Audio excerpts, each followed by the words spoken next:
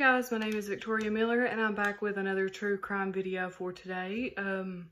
So today we're going to be discussing the Bloody Benders. I don't know if a lot of you have heard of them, but they were a family serial killer group. So we're going to go ahead and discuss that. I also wanted to kind of just say that I'm going to try to have an uploading schedule. I'm going to try to upload on Wednesdays because I do work all throughout the week, and that way it gives me a full week from the Wednesday that I post to the Wednesday that it's time for another video to research cases, work on video in the cases. That way I can give you all more information and I'm more prepared than what I was in my first YouTube video. So in October of 1870, 5 families of spiritualists homesteaded in and around the town of Osage in northwestern Labette County. I'm probably pronouncing that wrong. One of these families was the Benders, which was John Bender Jr. and John Bender Sr. In 1871, his wife, Elvira Bender, and his daughter arrived at the new family home.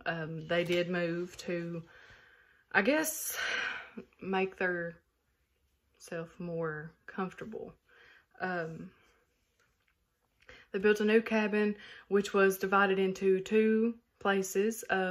The front of the cabin was a general store, and the second part of the cabin was the living quarters, which was turned into a bed and breakfast. So this is just a little information on the Benders at the time that these murders did take place.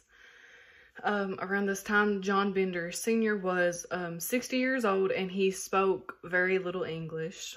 His wife, Elvira, was 55 years old. She spoke very little English as well, and her neighbors referred to her as a she-devil because of how unfriendly she was. Their son, John Bender Jr., was 25 years old, and their daughter, Kate Bender, was 23 years old at this time. It is also alleged that the family was German because there was no proof or documentation of their American residency, and it's also believed that John Jr. and Kate were not siblings. They were married. And finding a lot of information on this case was really hard. I couldn't really find everything that I was looking for, but I did try, and I looked at a few other sources, still couldn't find a lot of information. So it is alleged that when the Benders did build this bed and breakfast, that this is when they started their murders. It is alleged that when the guests and victims would stay at this bed and breakfast, this is where all of the murders would take place. So it's said that when the guests was enjoying their breakfast or their dinner at this bed and breakfast, their daughter Kate would distract them. And there was a big curtain behind where they would sit. They would be sitting in the guest of honor seat. And then after Kate would distract them, John Jr. or John Sr. would come out from behind the curtain and hit them on the right side of the head in the skull with a hammer. And then to ensure that the victims were dead, Elvira, the wife, or Kate would come and slit their throat completely. And it is alleged or assumed that some of these victims would fight back due to when the investigation took place, they found over a dozen bullet holes in the ceiling where the murders would happen.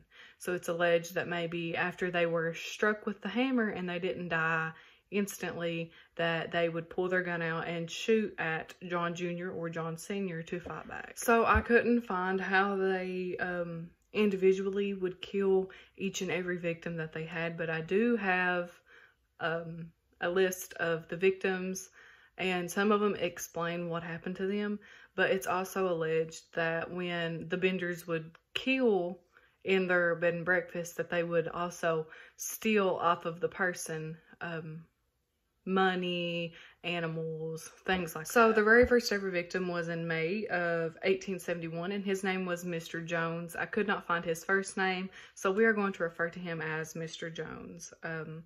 The body was found in Drum Creek, which was about 5 miles from the Benders' home. He had a crushed skull and a slit throat. So the second and the third victims was not found until February of 1872.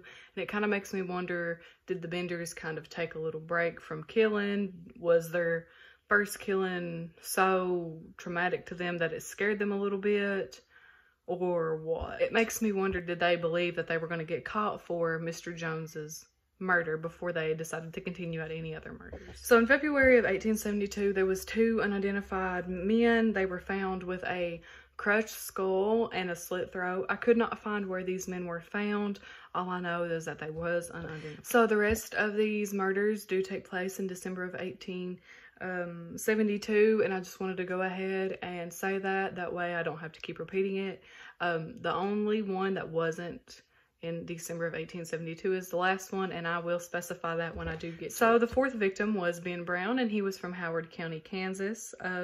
His person was missing $2,600, and he was buried in the family's apple orchard. So the 5th victim was Henry McKenzie. He was from Hamilton County, Indiana.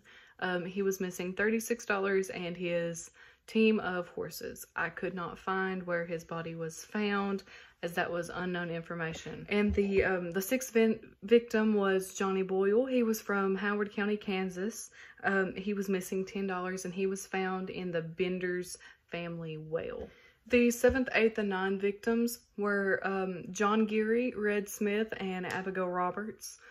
They were all buried on the property of the Bender family at the apple orchard. So the alleged 10th, 11th, and 12th victims that were found were not actually victims. They were just body parts that was found. And these body parts did allege to come from 3 additional victims of the family, and I could not find where they found them, but it is alleged that they found them down in the well. I also wanted to add that the body parts that they found of the 10th, 11th, and 12th victims did not match any of the victims that they had previously found. So the 13th, 14th, 15th, and 16th victims were 4 unidentified males. They were found in Drum Creek, about 5 miles from the family's home.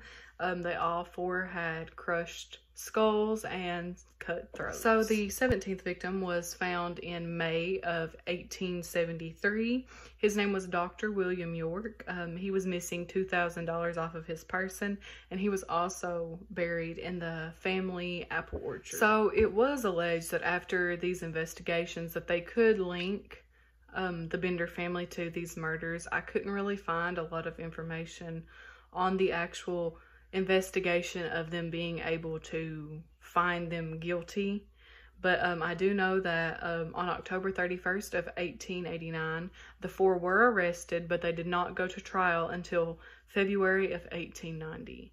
And after that, I cannot find any more information. I cannot find, did they pass away? Did they admit to the murders? I cannot find any of that information. And I'm wondering if maybe it was because it was so long ago, or maybe people just can't recollect the, you know, information at that time. And with that being said, that is the end of this video on the Bloody Benders. And I do hope that you all enjoyed this video. I'm trying to do more research into the video and try to make myself more prepared, so that way I can present to you all a better video. If you guys want to like or subscribe, that's up to you all. It doesn't really affect me any. I'm just doing this for fun and trying to bring awareness to some of the cases that don't get much recognition from the public that should. And if you all have any case suggestions, feel free to comment them down below. And I hope you all enjoy, and I hope you all have a wonderful rest of your day.